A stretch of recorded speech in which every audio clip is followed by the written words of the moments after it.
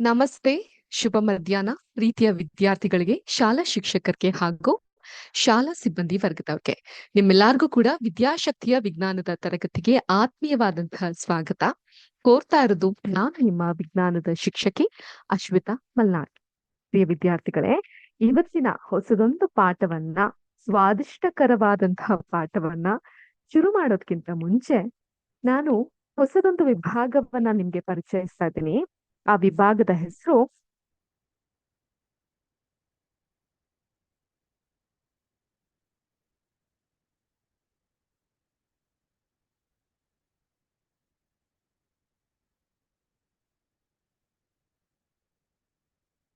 ಏನಿದು?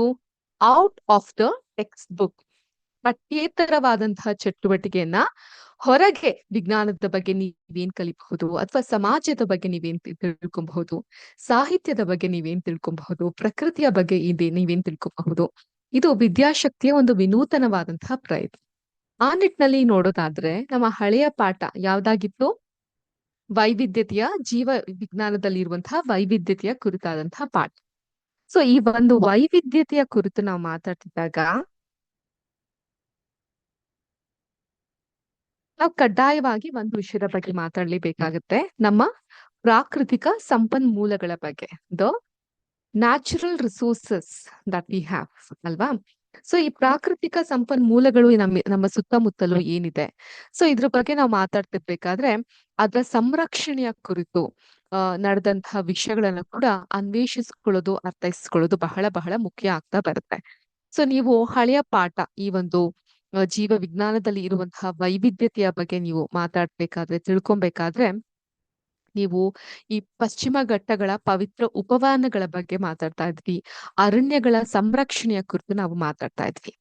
ಸೊ ಅದೇ ರೀತಿ ಈ ಜೀವ ವೈವಿಧ್ಯತೆಯನ್ನ ಸಂರಕ್ಷಣೆ ಮಾಡೋದಕ್ಕೋಸ್ಕರನೇ ನಮ್ಮ ಸರ್ಕಾರ ಬಯೋಸ್ಫಿಯರ್ ರಿಸರ್ವ್ಸ್ ಇನ್ ಇಂಡಿಯಾ ಅನ್ನೋದನ್ನ ಶುರು ಮಾಡಿತ್ತು. ಅದು ಪಂಚಮರ್ಹಿ ಬಯೋಸ್ಫಿಯರ್ ರಿಸರ್ವ್ ಅಂತ ಅರ್ಥ.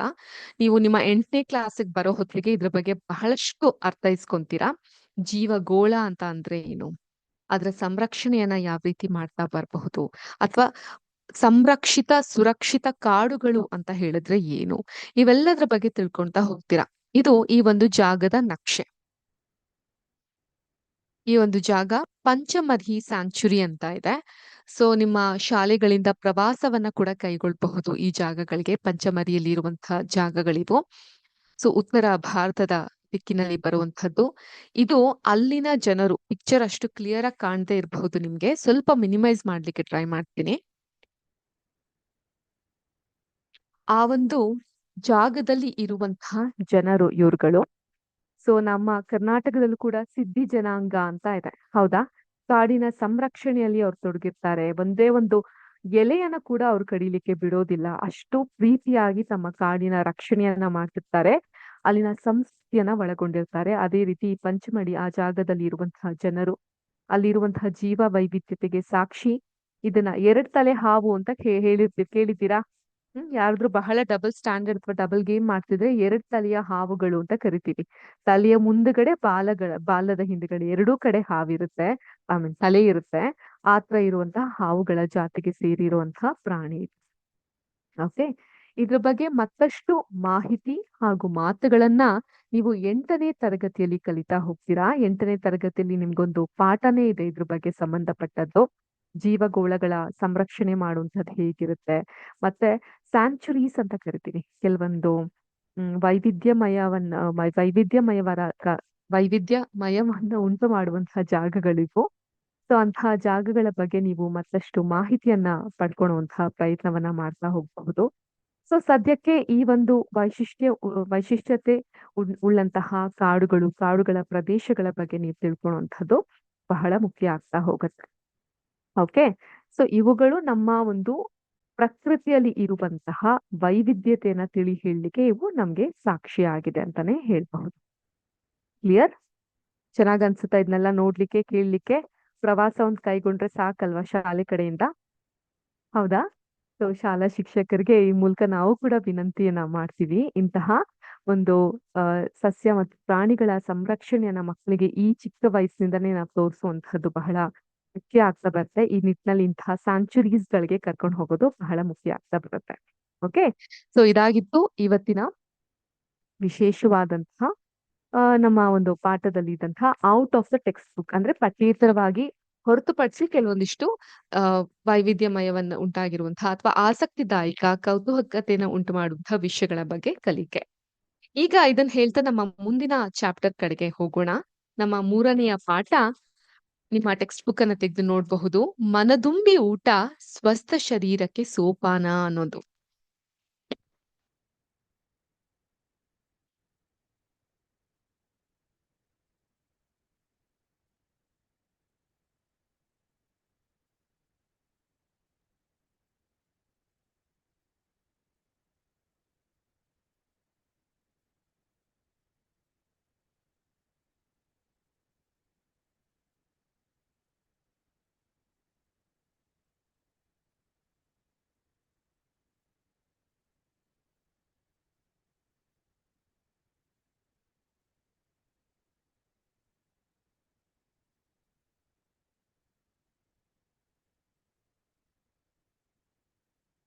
ಓಕೆ, ಸೊ ಈಗ ನಾ ಆಗ್ಲೇ ಅದಕ್ಕೆ ಹೇಳಿದ್ದು ತುಂಬಾ ಸ್ವಾದಿಷ್ಟಕರವಾದಂತಹ ಪಾಠ ಇದು.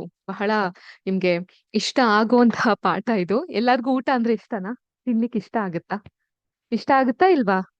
ಹೌದಾ, ಇಷ್ಟ ಆಗುತ್ತಾ? ಗ್ರೇಟ್. ಹಾಗಾದ್ರೆ ಸಂಸ್ಕೃತದಲ್ಲಿ ಒಂದ್ ಮಾತಿದೆ, ಅನ್ನೇನ ಜಾತಾನಿ ಜೀವಂತಿ ಅಂತ. ಏನ್ ಹಾಗಾದ್ರೆ? ಬರ್ದ್ ತೋರಿಸ್ತೀನಿ, ನೀವು ಬೇಕಾದ್ರೆ ನೋಟ್ ಮಾಡ್ಕೊಬಹುದು ಇದನ್ನ. ಇಲ್ಲ ಮೇಡಮ್, ನಮ್ ಟೆಕ್ಸ್ಟ್ ಬುಕ್ ಅಲ್ಲೇ ಇದೆ, ನಾವ್ ಬರ್ಕೊಳಕ್ ಹೋಗಲ್ಲ ಅನ್ನೋಷ್ಟು ಸೋಂಬೇರಿಗಳಾಗ್ಬೇಡಿ, ಬರೀರಿ. ಯಾಕಂದ್ರೆ ಬರ್ದಷ್ಟು ಜ್ಞಾನ ಹೆಚ್ಚಾಗ್ತಾ ಹೋಗುತ್ತೆ. ಓಕೆ, ಅನ್ನೇನ ಜಾತಾನಿ ಜೀವಂತಿ.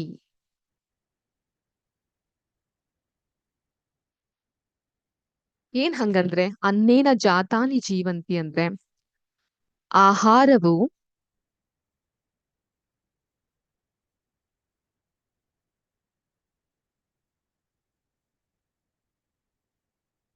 ಜೀವಿಗಳಿಗೆ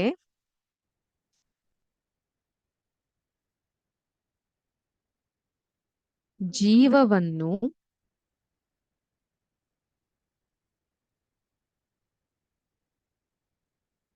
ನೀಡುತ್ತದೆ. ಸೊ ನಾವ್ ತಿನ್ನುವಂತ ಆಹಾರವು ನಮ್ಮೆಲ್ಲರಿಗೂ ಕೂಡ ಜೀವವನ್ನ ನೀಡ್ತಾ ಹೋಗುತ್ತೆ. ಕನ್ನಡದಲ್ಲಿ ಒಂದು ಮಾತಿದೆ, ಅನ್ನದೊಳಗೆ ಜೀವ, ಜೀವದೊಳಗೆ ದೈವ ಅಂತ. ಇದನ್ನು ಬೇಕಾದ್ರೆ ನೋಟ್ ಮಾಡ್ಕೊಬಹುದು ನೀವು.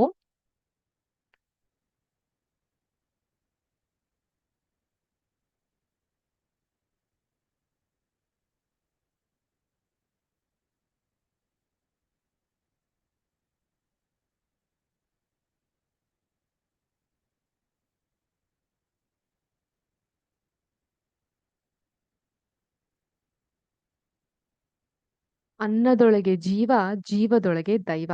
ನಾವು ತಿನ್ನುವಂತಹ ಒಂದು ತುತ್ತಿನ ಅನ್ನದಲ್ಲಿ ನಮ್ಮ ಜೀವವನ್ನ ಕಾಪಾಡುವಂತಹ, ನಮ್ಮ ಜೀವದ ಒಳಗಿರುವಂತಹ ಕೋಶಗಳಿಗೆ ಸಂಚಲನವನ್ನ ಉಂಟು ಮಾಡುವಂತಹ, ಶಕ್ತಿಯನ್ನ ತುಂಬುವಂತಹ, ಎನರ್ಜಿಯನ್ನ ಪಾಸ್ ಆನ್ ಮಾಡುವಂತಹ ಶಕ್ತಿ ಈ ಅನ್ನಕ್ಕಿದೆ. ಮೇಡಮ್, ನಾವು ರೊಟ್ಟಿ ತಿಂತೀವ್ರಿ, ಹಂಗಾದ್ರೆ ನಮಗ್ ಶಕ್ತಿ ಬರೋದಿಲ್ವೇನೋ ಅಂತ ಕೇಳ್ಬಹುದು. ಇಲ್ಲಿ ಅನ್ನ ಅನ್ನೋದು ತಾತ್ಪರ್ಯದ ಪದ, ನಾವ್ ತಿನ್ನುವಂತ ಆಹಾರಕ್ಕೆ ಇರುವಂತಹ ಪದ. ಅರ್ಥ ಆಯ್ತಾ? ಅನ್ನ ಅಂತ ಹೇಳಿದ್ರೆ ಸಂಸ್ಕೃತದಲ್ಲಿ ಆಹಾರ ಅಂತ ಅರ್ಥ. ನಾವ್ ತಿನ್ನುವಂತ ಬರೀ white rice, bullet rice, red rice, brown rice ಅಲ್ಲ. ತಿಳಿತಾ? ಅನ್ನದಲ್ಲಿ ರಾಗಿ ಸೇರ್ಪಡೆ ಆಗಬಹುದು, ಜೋಳದ ರೊಟ್ಟಿ ಸೇರ್ಪಡೆ ಆಗಬಹುದು, ಅಥವಾ ಬಿಸಿಬೇಳೆ ಬಾತ್ ಸೇರ್ಪಡೆ ಆಗಬಹುದು. ಇವತ್ತು ಶಾಲೆಯಲ್ಲಿ ಏನ್ ಊಟ ತಿಂದ್ರಿ ನೀವೆಲ್ಲ? ಚೆನ್ನಾಗಿತ್ತಾ? ಇಷ್ಟ ಆಯ್ತಾ? ಅವೆಲ್ಲವೂ ಕೂಡ ಅನ್ನದೊಳಗೇನೆ ಸೇರ್ಪಡೆಯಾಗುವಂತಹ ಜೀವಂತವಾದಂತಹ, ಜೀವವನ್ನ ಕೊಡುವಂತಹ ವಸ್ತುವಾಗಿದೆ. ಆದ್ರಿಂದ ಅನ್ನೇನ ಜಾತಾನಿ ಜೀವಂತಿ ಅಂದ್ರೆ ಆಹಾರವು ಜೀವಿಗಳಿಗೆ ಜೀವವನ್ನ ನೀಡ್ತಾ ಹೋಗುತ್ತೆ. ಸೊ ಈಗ ನಾನು ಕೆಲವೊಂದಿಷ್ಟು ಪಿಕ್ಚರ್ಸ್ ಗಳನ್ನ ನಿಮ್ಗೆ ತೋರಿಸ್ತಾ ಹೋಗ್ತೇನೆ. ನೋಡಿ, ಕ್ಲಾಸ್ ನ ಸ್ವಲ್ಪ ಇಂಟ್ರೆಸ್ಟಿಂಗ್ ಆಗಿ ಮಾಡೋಣ ಅಲ್ವಾ? ಒಂದೊಳ್ಳೆ ಇಂಟ್ರೆಸ್ಟಿಂಗ್ ಟಾಪಿಕ್ ಒಂದಿಗೆ ಬಂದಿದ್ದೀನಿ. ಏನಿದೆಲ್ಲ? ಬಿಸ್ಕೆಟ್ಟು, ಚಿಪ್ಸು, ಆಮೇಲೆ ಇವೆಲ್ಲ ಇನ್ನು ಸ್ಮೈಲಿ ಫೇಸಸ್ ಇರುವಂತಹದ್ದು, ಫ್ರೆಂಚ್ ಫ್ರೈಸು. ಇಷ್ಟ ಆಗುತ್ತಾ ಇದನ್ನೆಲ್ಲ ತಿನ್ಲಿಕ್ಕೆ? ಬಹಳ ಟೇಸ್ಟ್ ಮೇಡಮ್. ಕೇಳ್ತೀರಾ ನೀವು? ಒಳ್ಳೆ ಹಾ ಸಿಕ್ಕಿದ್ರೆ ಬಿಡ್ತೀವ ನಾವು, ಚೆನ್ನಾಗಿ ತಿನ್ಬಿಡ್ತೀವಿ. ಹೌದಾ? ತಿಂತೀರಾ ಇದನ್ನೆಲ್ಲ? ಓಹೋಹೋ, ಚಿಪ್ಸ್. ಊಟ ಮಾಡಿದ್ಕಾಯ್ತು, ಇಲ್ಲ ಅಂತ ಅಂದಿದ್ರೆ ಪ್ರೊಜೆಕ್ಟರ್ ಮೇಲೆ ಹಾರ್ಬಿಡ್ತಿದ್ರೇನೋ, ಹೌದಾ? ಇವೆಲ್ಲ ಪ್ಯಾಕೇಜ್ ಫುಡ್. ಏನಿದು? ಪಾಸ್ತಾ ಅಂತ ಕರಿತೀವಿ ನಾವ್ ಇದನ್ನ. ಇದು ಸಾಸ್. ನೋಡಿ, ಸೂಪರ್ ಮಾರ್ಕೆಟ್ಗಳ ಕಡೆ ಏನಾದ್ರೂ ವಿಸಿಟ್ ಹಾಕಿದಾಗ ಸಾಲಾಗಿ ಜೋಡ್ಸಿರ್ತಾರೆ. ಅಂಡ್ ಆ ಸೂಪರ್ ಮಾರ್ಕೆಟ್ ನಡ್ಸೋರು ಎಂತ ಬುದ್ಧಿವಂತರಂದ್ರೆ, ಈ ತರ ತಿಂಡಿ ತಿನಿಸು ಪೊಟ್ಟಣಗಳನ್ನ ಸರಿಯಾಗಿ 4ನೇದೋ 5ನೇ ರೋದಲ್ಲಿ ಇರ್ತಾರೆ. ಯಾಕಂದ್ರೆ ಈ ಚಿಕ್ಕ ಚಿಕ್ಕ ಮಕ್ಕಳು ಹೋದಾಗ ತೆಗ್ದು ಕೈ ಹಾಕಿ ತೆಗೆದುಕೊಳ್ಲಿಕ್ಕೆ. ಹೌದಾ? ಧಾರವಾಡದಲ್ಲಿ ಇದಾವಲ್ಲ ಇಂಥ ಸೂಪರ್ ಮಾರ್ಕೆಟ್, ಭೇಟಿ ನೀಡಿದ್ದೀರಾ ಯಾವತ್ತಾದ್ರೂ? ಓಕೆ. ಸೊ ಅಲ್ಲಿ ಬೇಕಾಗಿರೋ ವಸ್ತುಗಳಿಗಿಂತ ಬೇಡದೇ ಇರೋ ವಸ್ತುಗಳೇ ಸಿಗೋದ್ ಹೆಚ್ಚು. ಈಗ ಇದನ್ನೆಲ್ಲ ನೋಡ್ ಮುಖ ಅರಳುತ್ತಾ? ಈಗ ಮುಖ ಮುರಿಯೋಂತದ್ನ ತೋರ್ಸ್ಲಾ? ಹ್ಮ್. ಅಯ್ಯೋ, ದಿನಾ ತಿನ್ಬೇಕಿದ್ನೆಲ್ಲ ಯಾರ್ ತಿಂತಾರೆ? ಈ ಬೇಳೆ ಕಾಳು ತರಕಾರಿ ನಮ್ಗಂತೂ ಸೇರೋದಿಲ್ಲಪ್ಪ.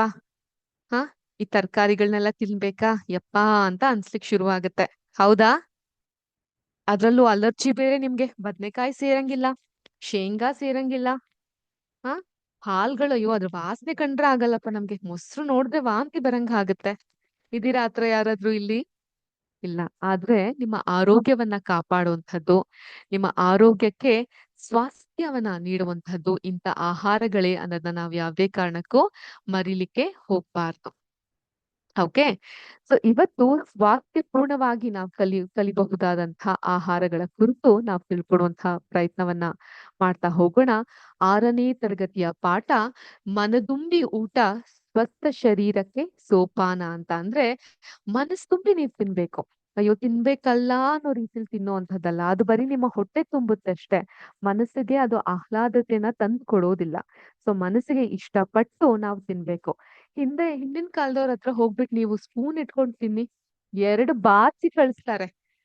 ತಿನ್ನೋ ಊಟವನ್ನ ತಿನ್ನುವಂತಹ ಶೈಲಿ ಸ್ಪೂನ್ ಮೂಲಕ ಅಲ್ಲ, ಕೈ ಮೂಲಕ ಅಂತ ಹೇಳ್ತಾರೆ. ಈ ಕೈಯಿಂದ ಅನ್ನವನ್ನ ಕಲಸಿ ಹೀಗೆ ತಿಂದಾಗ ಪ್ರತಿಯೊಂದು ಬೆರಳುಗಳಲ್ಲೂ ಕೂಡ ರುಚಿಯನ್ನ ಹೆಚ್ಚಿಸುವಂತಹ ಶಕ್ತಿ ಇರುತ್ತೆ ಅಂತ ಹೇಳ್ತಾರೆ.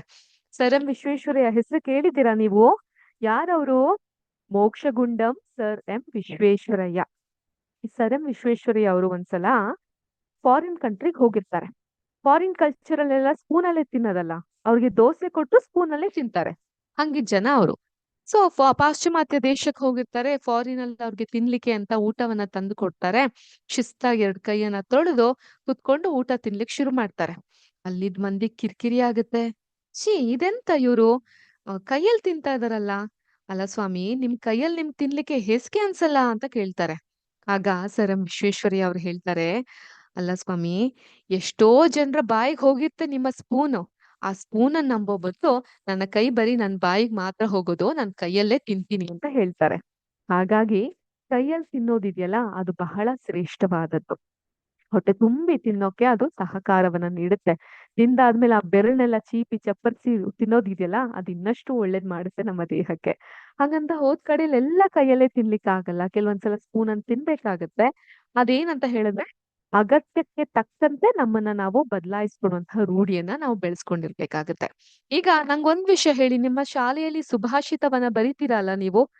ಪ್ರತಿದಿನ ಸ್ಕೂಲಲ್ಲಿ ಏನೊಂದು ಪ್ರೇಯರ್ ಅನ್ನ ಮಾಡ್ತೀರಾ, ಪ್ರಾರ್ಥನೆಗಂತ ಎಲ್ಲ ನಿಲ್ತೀರಾ, ಅದಾದ ನಂತರ ಸುಭಾಷಿತವನ್ನ ಓದೋದು ವಾಡಿಕೆ. ನಾವ್ ಶಾಲೆ ಇದ್ದಾಗ್ಲಿಂದನೂ ಅದ್ನೇ ಮಾಡ್ತಾ ಇದ್ರು. ನಿಮ್ಗೂ ಕೂಡ ಅದೇ ಮಾಡ್ತಿರ್ತಾರೆ ಅಂತ ಭಾವಿಸ್ತೀನಿ. ಹೌದಾ? ಮಾತಾಡ್ಬೇಕಪ್ಪ. ಮೇಡಮ್ ಒಬ್ರೇ ಮಾತಾಡ್ತಿದ್ರೆ ಬೋರ್ ಆಗಲ್ವಾ? ನೀವು ಕೂಡ ಮಾತಾಡೋದ್ರ ಮೂಲಕ, ಕಮೆಂಟ್ ಹಾಕೋದ್ರ ಮೂಲಕ ಮಾತಾಡ್ದಾಗ ನಮ್ಗೂ ಕೂಡ ಇಂಟರಾಕ್ಟಿವ್ ಸೆಷನ್ ಆಗ್ತಾ ಬರುತ್ತೆ ಅಲ್ವಾ? ಸೊ ಈಗ ಇದೇ ತರ ಒಂದು ಶಾಲೆಯ ಸುಭಾಷಿತದ ಮೇಲೆ ಈ ಪದಗಳನ್ನ ಬರೆದಿರ್ತಾರೆ. ಅನ್ನೇನ ಜಾತಾನಿ ಜೀವಂತಿ ಅಂತ. ಏನಿದಂದ್ರೆ ಅನ್ನುವಂಥ ಒಂದು ಡೌಟ್ ಅವರಲ್ಲಿ ಮೂಡುತ್ತೆ. ಆಗ ಅದ್ನ ಸಂಸ್ಕೃತದಲ್ಲಿ ಆಹಾರ ಜೀವಿಗಳಿಗೆ ಜೀವವನ್ನ ನೀಡುತ್ತೆ ಅನ್ನುವಂಥ ಅರ್ಥ ಹೊಂದಿದೆ ಅನ್ನೋದು ಅವ್ರಿಗೆ ಗೊತ್ತಾಗ್ತಾ ಬರುತ್ತೆ. ಈ ಮಾತಿನ ಮಹತ್ವವನ್ನ ನಾವು ಈ ಪಾಠದ ತುಂಬಾ ಕಲ್ತ್ಕೊಳ್ಳುವಂತಹ ಪ್ರಯತ್ನವನ್ನ ಮಾಡೋಣ. ಈಗ ನಾವೆಲ್ಲರೂ ಪ್ರತಿದಿನ ಆಹಾರ ಸೇವಿಸ್ತೀವಲ್ವಾ? ಅಥವಾ ಗುರುವಾರ ಇವತ್ತು ಮೇಡಮ್ ನಾವು ಒಪ್ಪತ್ತು, ಏಕಾದಶಿ ಉಪವಾಸ ಇರ್ತೀವಿ, ಸಂಕಷ್ಟಹರ ಚತುರ್ಥಿ ಉಪವಾಸ ಇರ್ತೀವಿ. ಜನ ಎಷ್ಟು ಶೋಮಾರಿಗಳಾಗ್ಬಿಟ್ಟಿದಾರಂದ್ರೆ ಸಂಕಷ್ಟಹರ ಚತುರ್ಥಿ ಅಂತ ಹೇಳಲಿಕ್ಕೂ ಕಷ್ಟ. ಸಂಕಷ್ಟಿ ಅಂತ ಹೇಳ್ತಾರೆ. ಮೇಲಿರೋ ಗಣಪನಿಗೆ ಅನುಮಾನ, ನಾನು ಸಂಕಷ್ಟ ನಾಶ ಮಾಡುವಂತಹ ಗಣಪನ ಅಥವಾ ಸಂಕಷ್ಟವನ್ನ ತಂದು ಕೊಡುವಂತಹ ಗಣಪನ ಅಂತ. ಹೌದಾ? ಹಂಗೆ ಯಾವತ್ತೂ ಹೇಳ್ಬೇಡಿ. ಹೇಳುವಂತಹ ಮಾತಿನ ಅರ್ಥ ಬಹಳ ಮುಖ್ಯ ಆಗ್ತಾ ಹೋಗುತ್ತೆ. ಆದ್ರಿಂದಾನೇ ನಮ್ ಹಿರಿಯರು ಹೇಳೋದು ಯಾವಾಗ್ಲೂ ಒಳ್ಳೆ ಮಾತುಗಳನ್ನೇ ಆಡಿ, ಶುಭ ನುಡಿಗಳನ್ನೇ ನುಡಿರಿ, ಶುಭ ನುಡಿಯೇ ಶಾಕುನದ ಹಕ್ಕಿ ಅಂತ ಹಾಡನ್ನ ಕೂಡ ಬರ್ದಿದ್ದಾರಲ್ಲ, ಆ ರೀತಿಲಿ ಒಳ್ಳೇದನ್ನೇ ಯಾವಾಗ್ಲೂ ಮಾತಾಡ್ಸಿರ್ಬೇಕು. ತಿಳಿತಾ? ಸಂಕಷ್ಟಿ ಅಲ್ಲ, ಸಂಕಷ್ಟಹರ ಚತುರ್ಥಿ ಅಂತ ಹೇಳ್ಬೇಕು. ಈಗ ನಾವು ಪ್ರತಿದಿನ ಆಹಾರವನ್ನ ಸೇವಿಸ್ತೀವಿ. ನಾವ್ ತಿನ್ನುವಂತ ಆಹಾರ ನಮ್ಮ ದೈನಂದಿನ ಜೀವನದ ಅವಶ್ಯಕ ಘಟಕವಾಗಿದೆ. ಕೆಲವರಂತೂ ದಿನ ಬೆಳಗ್ಗೆ ಎದ್ದೊಳದೆ ಏನ್ ತಿಂಡಿ ಮಾಡಿದ್ದಿ ಅಮ್ಮ ಅಂತ ಕೇಳ್ಲಿಕ್ಕೆ, ಹೌದಾ? ಸೊ ದಿನದಲ್ಲಿ ಅಂತವ್ರಿಗೆ 3 ರಿಂದ 4 ಸಲ ಬಹಳ ಖುಷಿ ಆಗ್ಬಿಡುತ್ತೆ. ಯಾವಾಗ ಒಂದು ತಿಂಡಿ ಮುಖ ನೋಡ್ದಾಗ, ಎರಡನೇದು ಊಟ ಮುಖ ನೋಡ್ದಾಗ, ಸಂಜೆ ಕಾಫಿನೋ ಚಾ ಟೈಮಲ್ಲೋ ಒಂದಿಷ್ಟು ಕುರ್ಕುರು ತಿಂಡಿ ಕೊಟ್ಟಾಗ, ರಾತ್ರಿ ಮತ್ತೆ ಊಟದ ಮುಖ ನೋಡ್ದಾಗ. ಹೌದಾ? ಸೊ ಇದು ತುಂಬಾ ಅವಶ್ಯಕ. ಅಂದ್ರೆ ನಾವು ಬದುಕ್ಲಿಕ್ಕೋಸ್ಕರ ತಿನ್ಬೇಕು. ತಿನ್ನೋದ್ಕೋಸ್ಕರನೇ ಬದುಕಬಾರ್ದು. ಅದು ಬೇರೆ ವಿಷಯ. ಸೊ ಈಗ ಒಂದು ವಾರದಲ್ಲಿ ನೀವೇನೇನು ಆಹಾರ ಪದಾರ್ಥಗಳನ್ನ ತಿಂದ್ರಿ ಅಂತ ಹೇಳಿದ್ರೆ ನೆನ್ಪಿರುತ್ತಾ? ವಾರದ ದಿನಗಳು ಹೇಳಿ ನೋಡೋಣ. ಭಾನುವಾರ, ಸೋಮವಾರ, ಮಂಗಳವಾರ, ಬುಧವಾರ, ಗುರುವಾರ, ಶುಕ್ರವಾರ, ಶನಿವಾರ. ಸೊ ಒಂದ್ ವಾರದಲ್ಲಿ ಏನೇನ್ ತಿಂದಿರ್ತೀರಾ ನೀವು? ಮೇಡಮ್ ನೀವ್ ಬರೀರಿ ನೀವೇನೇನ್ ತಿಂದಿರ್ತೀರಾ ಅಂತ. ನಮ್ಗೆ ಇಲ್ಲಿ ಬೆಂಗಳೂರ್ ಕಡೆ ಬಹಳವಾಗಿ ನಾವ್ ತಿನ್ನುವಂತ ಆಹಾರ ಅಂತ ಹೇಳಿದ್ರೆ, ಕಡ್ಡಾಯವಾಗಿ ಪ್ರತಿದಿನ ತಿನ್ನುವಂತ ಆಹಾರ ಅಂತ ಹೇಳಿದ್ರೆ ಅದು ರಾಗಿ ಮುದ್ದೆ. ನಿಮ್ ಕಡೆ ಎಲ್ಲ ನಂಗೊತ್ತು ಏನ್ ತಿಂತೀರಾ ಅಂತ. ನಮ್ ಟೀಚರ್ಸ್‌ಗಳು ಧಾರವಾಡದಲ್ಲಿದ್ದವ್ರ್ಗ್ ನಾನ್ ಫೋನ್ ಹಚ್ಚಿ ಕೇಳಿದ್ದಾಯ್ತು, ಧಾರವಾಡ ಕಡೆ ಮಂದಿ ಏನ್ ಇಷ್ಟಪಟ್ಟು ತಿಂತಾರೆ ಅಂತ. ಅವ್ರು ಹೇಳಿದ್ರು ಜೋಳದ ರೊಟ್ಟಿ ಅಂತೂ ಬಹಳ ಇರ್ಬೇಕು. ಅದ್ರ ಜೊತೆಗೆ ಒಂದು ಪಲ್ಯ ಅಂತೂ ಇರ್ಲೇಬೇಕು ಅಂತ. ಪಲ್ಯ ಅಂತೀರಾ ನೀವು? ನಾವು ಪಲ್ಯ ಅಂತ ಹೇಳ್ತೀವಿ.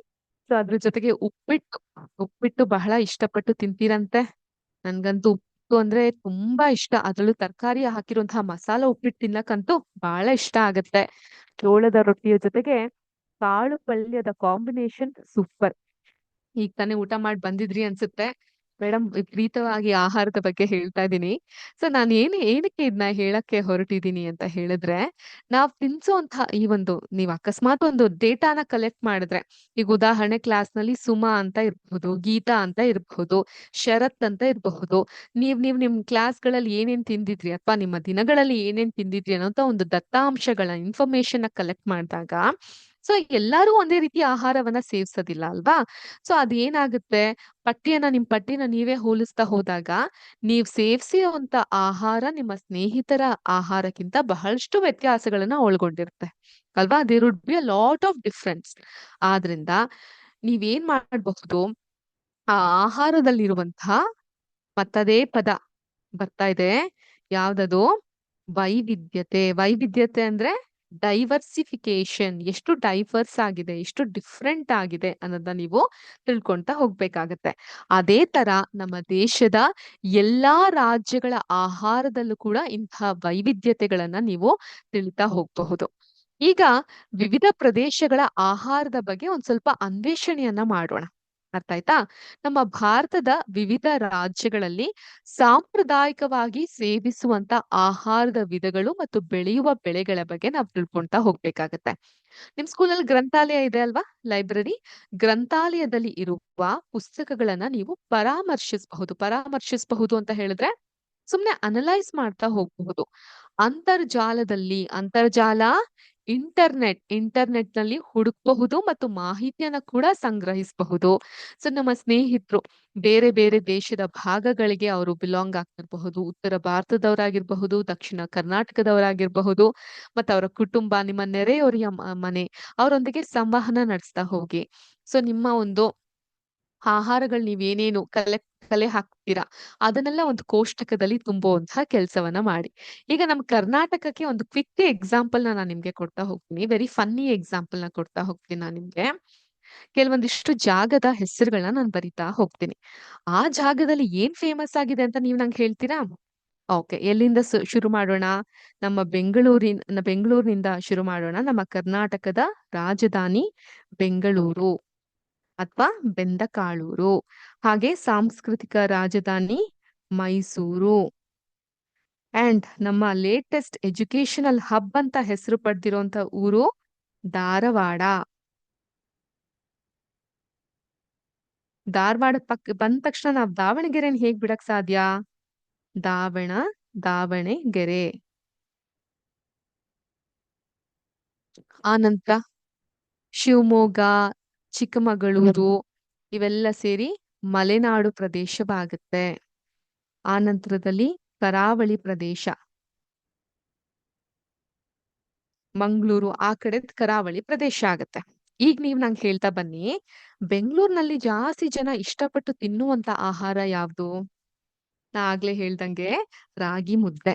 ಇಲ್ಲಿ ರಾಗಿ ಮುದ್ದೆನ ತುಂಬಾ ಇಷ್ಟಪಟ್ಟು ತಿಂತಾರೆ. ಪ್ರತಿದಿನ ಮನೆಯಲ್ಲಿ ರಾಗಿ ಮುದ್ದೆ ಮಧ್ಯಾಹ್ನ ಅಥವಾ ರಾತ್ರಿಯ ಊಟದಲ್ಲಿ ಇರ್ಲೇಬೇಕು. ಮೈಸೂರ್ ಕಡೆ, ಮೈಸೂರ್ ಅಂದ ತಕ್ಷಣ ನೆನಪಾಗೋದು ಮಲ್ಲಿಗೆ. ಹೌದು. ಮತ್ತೊಂದು ಮಸಾಲೆ ದೋಸೆ. ಕೇಳಿದಿರಾ? ಮೈಸೂರ್ ಮಸಾಲೆ ದೋಸೆ ಅಂತ ಕೇಳಿರ್ಬಹುದು ನೀವು. ಧಾರವಾಡ, ನಿಮ್ಮೂರು ಏನಕ್ಕೆ ಫೇಮಸ್? ಬಹಳ ಸಿಹಿ ಮಂದಿ ಇದೀರಾ? ಪೇಡ, ಧಾರವಾಡ ಪೇಡಕ್ ಫೇಮಸ್. ಹೌದಾ? ದಾವಣಗೆರೆ, ದಾವಣಗೆರೆ ಏನಕ್ಕೆ ಫೇಮಸ್ಸು? ದಾವಣಗೆರೆ ಬೆಣ್ಣೆ ದೋಸೆ. ಹೌದಾ? ಮಲೆನಾಡು ಜಾಗ ಯಾವ್ದಕ್ ಫೇಮಸ್ಸು? ಕಡಬು ಅಂತ ಮಾಡ್ತಾರಲ್ಲಿ. ಪ್ರತಿದಿನ ಈಗ ಹೆಂಗೆ ನಿಮ್ ಕಡೆ ಉಪ್ಪಿಟ್ಟು, ರೊಟ್ಟಿ ಇವೆಲ್ಲ ಇರುತ್ತೋ, ಮಲ್ನಾಡ್ ಕಡೆ ಎಲ್ಲ ಕಡುಬು ಅಂತ ಮಾಡ್ತಾರೆ. ಅದು ಇಡ್ಲಿ ತರಾನೇ ಇರುತ್ತೆ, ಉಂಡೆ ಉಂಡೆ ಆಗಿರುತ್ತೆ. ಗಣಪತಿ ಹಬ್ಬಕ್ ಮಾಡೋ ಕಡುಬಲ್ಲ, ಬೇರೆದೇ ಆದಂತಹ ಕಡುಬನ್ನ ಮಾಡ್ತಾರೆ. ಕರಾವಳಿ ಪ್ರದೇಶದಲ್ಲಿ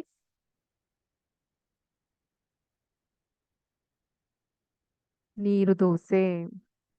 ಸೊ ಹೀಗೆ ನೀವು ವೈವಿಧ್ಯತೆಯನ್ನ ಕಾಣ್ತಾ ಹೋಗಬಹುದು. ಒಂದೊಂದು ಊರ್ನಲ್ಲೂ ಕೂಡ ಆ ಒಂದು ಊರಿಗೆ ಬಹಳ ಚೆನ್ನಾಗಿ ಸೇರ್ಪಡೆ ಆಗುವಂತಹ ಆಹಾರಗಳನ್ನ ನಾವು ತಯಾರಿಸ್ತಾ ಹೋಗ್ತೀವಿ. ಈಗ ನಿಮ್ಮ ಟೆಕ್ಸ್ಟ್ ಬುಕ್ ಅನ್ನ ಓಪನ್ ಮಾಡಿದ್ರೆ, ನಿಮ್ ಟೆಕ್ಸ್ಟ್ ಬುಕ್ ನಲ್ಲಿ ನೀವು ನೋಡಬಹುದು ಆ ರಾಜ್ಯದಲ್ಲಿ ಬೆಳೆಯುವಂತಹ ಸ್ಥಳೀಯ ಬೆಳೆಗಳು ಮತ್ತು ಸೇವಿಸುವಂತ ಆಹಾರಗಳನ್ನ ನಾವು ಕಾಣಬಹುದು.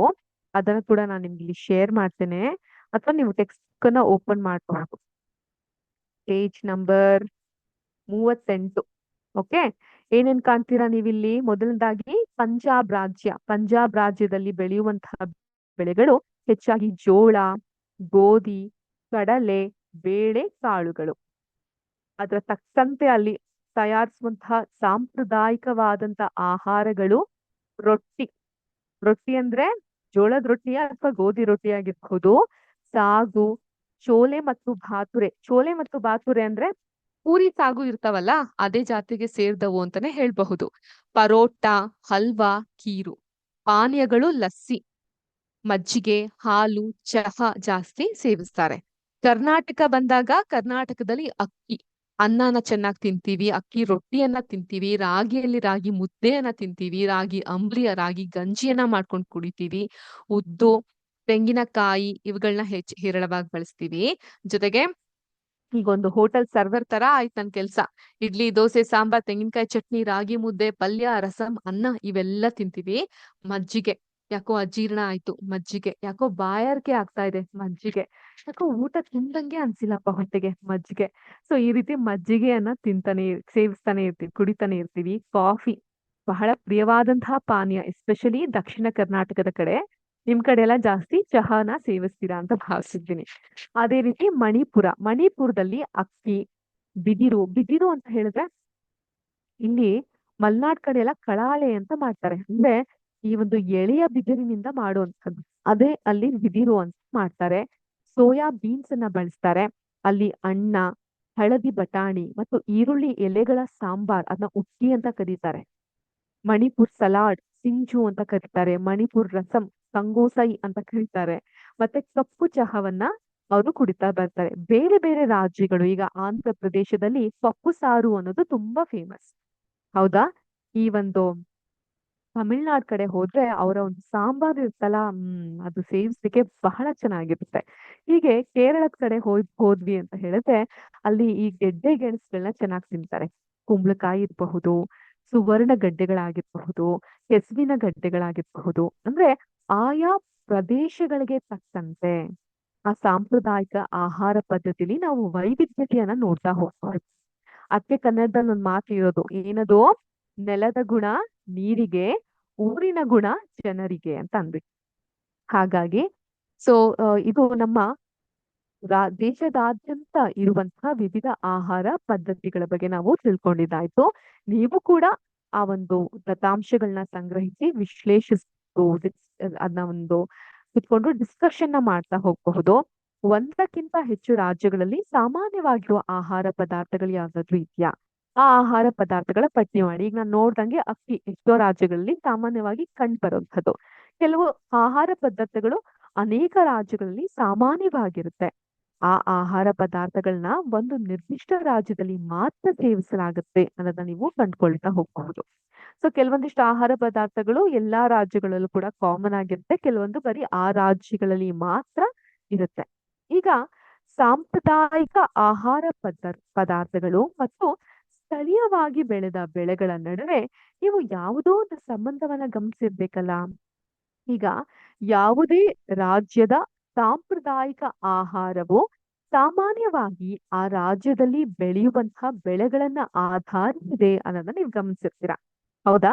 ಈಗ ನಾವು ಕರ್ನಾಟಕದಲ್ಲಿ ಇಷ್ಟೊಂದು ರಾಗಿ ಮುದ್ದೆ, ಅಕ್ಕಿ, ದೋಸೆ ಇವುಗಳ ಬಗ್ಗೆ ಎಲ್ಲ ಮಾತಾಡ್ತಾ ಇದೀವಿ ಅಂತ ಹೇಳಿದ್ರೆ, ನಮ್ಮಲ್ಲಿ ಹೆಚ್ಚಾಗಿ ನಾವು ಬೆಳೆಯುವಂತಹದ್ದು ಏನನ್ನ? ಅಕ್ಕಿ ಮತ್ತು ರಾಗಿಯನ್ನ, ಅಂದ್ರೆ ಭತ್ತ ಮತ್ತು ರಾಗಿಯನ್ನ ಹೆಚ್ಚಾಗಿ ಬೆಳಿತೀವಲ್ವಾ? ಸೊ ಆದ್ರಿಂದ ಭಾರತವು ವೈವಿಧ್ಯಮಯವಾದಂತಹ ಮಣ್ಣು ಮತ್ತು ಹವಾಮಾನ ಪ್ರಕಾರಗಳೊಂದಿಗೆ ಕೃಷಿ ಪ್ರಧಾನವಾದಂತಹ ದೇಶವಾಗಿದೆ. ನಮ್ಮ ದೇಶದ ಬೆನ್ನೆಲುಬು ಏನು? ಕೃಷಿ. Agriculture is the back bone of our country, ಹೌದಾ? ಸೊ ಹಾಗಾಗಿ ಡೈವರ್ಸ್ ರೀತಿಯಲ್ಲಿ ವೈವಿಧ್ಯಮಯವಾದಂತಹ ಒಂದು ಹವಾಮಾನ ಪ್ರದೇಶವನ್ನ ಹೊಂದಿದೆ, ವೆದರ್ ಅನ್ನ ಹೊಂದಿರುತ್ತೆ. ಈಗ ನಿಮ್ಮ ಧಾರವಾಡ, ಹುಬ್ಬಳ್ಳಿ, ಗುಲ್ಬರ್ಗ, ರಾಯಚೂರು, ದಾವಣಗೆರೆ ಈ ಕಡೆ ಇರುವಂತಹ ಹವಾಮಾನ ಪರಿಸ್ಥಿತಿಗೂ ಶಿವಮೊಗ್ಗ, ತೀರ್ಥಹಳ್ಳಿ, ಸೌತ್ ಕೆನರಾ, ದಕ್ಷಿಣ ಕನ್ನಡ, ಚಿಕ್ಕಮಗಳೂರು ಈ ಕಡೆ ಇರುವಂತಹ ಹವಾಮಾನ ಪರಿಸ್ಥಿತಿಗಳು ಬಹಳಷ್ಟು ವ್ಯತ್ಯಾಸಗಳನ್ನ ನೀವು ಕಾಣ್ತಾ ಹೋಗಬಹುದಲ್ವಾ? ಹೇಗೆ ಹವಾಮಾನ ಪ್ರಕಾರಗಳು ಬದಲಾಗ್ತಾ ಹೋಗುತ್ತೋ, ಮಣ್ಣಿನ ವೈವಿಧ್ಯತೆ ಕೂಡ ಅಲ್ಲೂ ಕೂಡ ಬದಲಾಗತ್ತೆ. ಕಪ್ಪು ಮಣ್ಣು ಇರಬಹುದು ಕೆಲವೊಂದ್ ಕಡೆ ಕೆಂಪು ಮಣ್ಣು ಇರಬಹುದು. ಆದ್ರೆ ನಮ್ಮ ಕರ್ನಾಟಕದಲ್ಲಿ ಹೆಚ್ಚು ಕಮ್ಮಿ ಇರುವಂತಹದ್ದು ಕಪ್ಪು ಮಣ್ಣು, ಕರಿ ಮಣ್ಣು.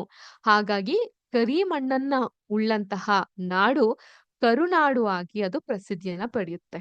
ಕರುನಾಡು ಅಂದ್ರೆ ಕರಿ ಮಣ್ಣನ್ನ ಹೊಂದಿರುವಂತಹ ನಾಡು ಅಂತ ಅರ್ಥ. ಈಗ ಭಾರತದ ವಿವಿಧ ಪ್ರದೇಶಗಳಲ್ಲಿ ಅಲ್ಲಿನ ಆಹಾರ ಬೆಳೆಗಳ ಕೃಷಿ, ರುಚಿಯ ಆದ್ಯತೆ, ಸಂಸ್ಕೃತಿ ಮತ್ತು ಸಂಪ್ರದಾಯಗಳಿಗೆ ಅನುಗುಣವಾಗಿ ಆಹಾರದ ಆಯ್ಕೆಯು ಕೂಡ ಬದಲಾಗ್ತಾ ಹೋಗುತ್ತೆ. ಕಾಲಾಂತರದಲ್ಲಿ ಅಡುಗೆ ಮಾಡುವಂತಹ ಪದ್ಧತಿ ಕೂಡ ಬದಲಾಗ್ತಾ ಹೋಗುತ್ತೆ. ಈಗ ನಾನು ಕೆಲವೊಂದಿಷ್ಟು ಪಿಕ್ಚರ್ಸ್ ಗಳನ್ನ ನಿಮ್ಗೆ ತೋರಿಸ್ತೇನೆ. ಜಸ್ಟ್ ನೋಡ್ಬಹುದು ನೀವು ಆ ಪಿಕ್ಚರ್ಸ್ ಗಳನ್ನ. ಒಂದ್ ನಿಮಿಷ.